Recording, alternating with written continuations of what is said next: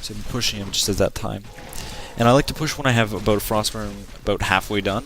So like you're coming to his base with a bunch of ghouls, a bunch of fiends, and your orb. So you know if you have really good micro, you're thinking maybe you could win this battle, maybe not. But hopefully, like if you get a bit lucky, if you get a good position, maybe you can win it. But you have a Frostworm on the way. See, that's the thing he doesn't count on. So you know he thinks he's going into this battle kind of on even footing, maybe with a bit of an advantage, right? And you get him into this battle, and then the Frostworm shows up, and he's like, oh shit, like, the Frostworm's here. The Frostworm owns everything on the ground. So, that's what I like doing. It's kind of funny, because, like, you lull the orcs into, you trick the orcs into fighting you, and then suddenly your Frostworm shows up, and it's like, GG. But, yeah, I love Frostworms. They're so awesome. So yeah, I'm scouting with my shade. I don't really need it, protecting my creeping, although I do lose a creep to this Blade Master. It's not a big deal. I got level 3, and I got the awesome item, which is Illyria's Flute of Accuracy. Quite a lyrical name there, but that's gonna amp my fiends and frostworms up, and it's gonna give me a bit more of an edge in this coming fight, which this expo is going to spell, because that's where I'm going to be headed right now. So as you see, my Frostworm's on the way. I'm building it as soon as it comes out. I mean, it should have been out already because my sacrificial pit was slow. But I'm bringing all my ghouls, and yeah, this is the big push. I got the orb on my lich. I also got a potion of lesser invulnerability. That's really nice to have on the lich, because like the oldest orc trick in the book is like stun the Death Knight, KO the lich, and that lich with the orb is it's really the game breaker, making fiends actually work in a big battle like this that's coming up. So you can't really afford to lose that, and you can't really afford to lose the frost armor either, because you need that to keep your Death Knight alive. So it's important to have that, and you can always pass it off to your Death Knight if he's in trouble too. So I coil the Blade Master because the battle's coming up. You know, might as well put like was it 180, 166 damage on him before the coming battle. You might as well. And yeah, as you see, my Frostworm's on the way. He's just flapping his way over there, and the orc doesn't know about him yet. So I got a big smirk on my face because I know that he doesn't know what's about to hit him. Okay, so the battle comes. Wyverns are out of position, automatically web them. I should have pulled those 3 fiends back. I didn't, but the important part is I focused on the wyverns. Those are the major damage output of his army right now, so those are gonna have to go down. I lose 2 fiends because of bad positioning. I got Frost Armor on my Death Knight. That's imperative if you're going to battle, because first of all he leads the army, so he slows down everything anyway, and he'll help him escape from instant focus, like stuff like this. Then my Frostworm shows up. I'm focusing down the raiders now. I put the Frostworm in the same group as my Death Knight. I got my ghouls in group 2, just like as before. Coil the fiends, keep them alive. I would put Frost Armor on the Frostworm, because you got to keep that sucker alive. He's the thing keeping you in your game, keeping you in the game right here. I lose a fiend stupidly. I could have pulled that one back probably. I should nuking the Blade Master, because at this point I was trying to kill his army first, because I know I've won this battle. And I want to kill as many units as possible instead of just nuking his heroes and then having his army run away. But now that his army's pretty much dead, I'm just going for the heroes.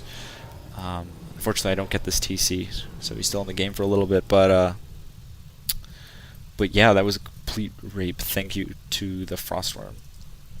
And that's just because the nature of the tech just sets up your timing, so you hit your peak just as his expo goes up, which is the slight chink in his armor. I mean, orcs don't really have a huge chink in their armor versus undead, but if there is any chink in their armor, it's now. So that's when you want to hit. So yeah, I send my ghouls back because I notice I'm completely out of lumber, which kind of sucks. My macro is kind of lacking in this game, but I won the battle, which isn't the important part, because if my macro was fine, but I lost that battle, that would be pretty stupid. Also, Frost Armor. Frost Armor, while a great innovation, I wouldn't recommend going overboard with the Frost Armor. You do need the Nova to slow down any wyverns or trying to escape Kodos or anything like that.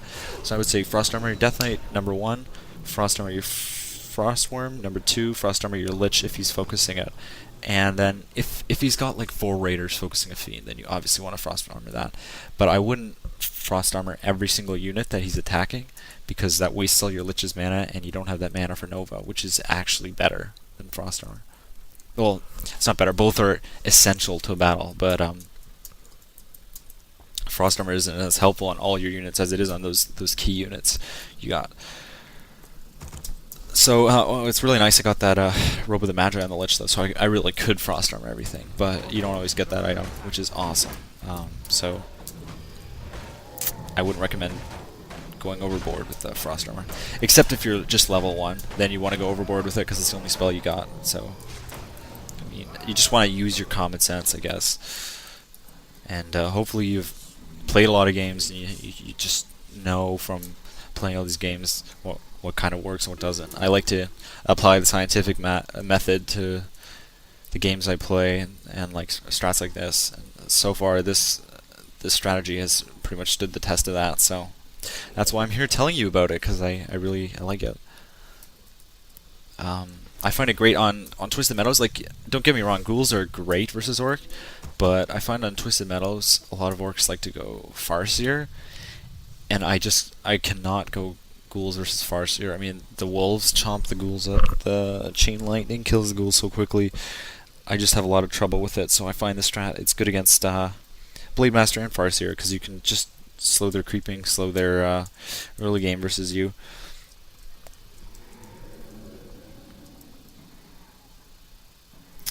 So you'll notice we both have 60 food armies, but I have 1,000 gold and he has 200. And that's basically because I did all that.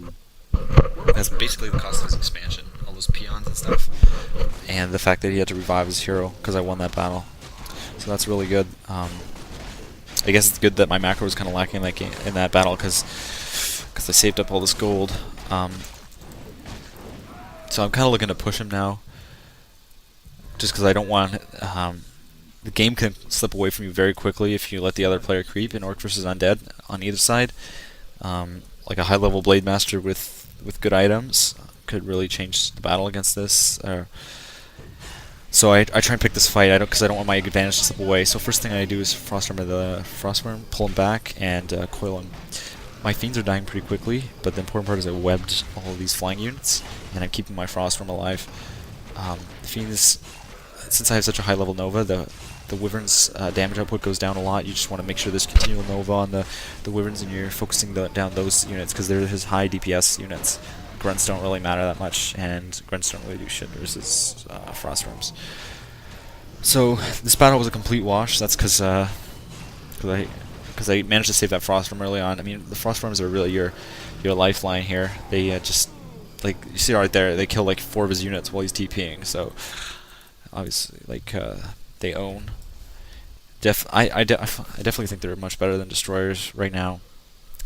I don't really use destroyers very much anymore. I just use tons of Frostworms. So that was my game.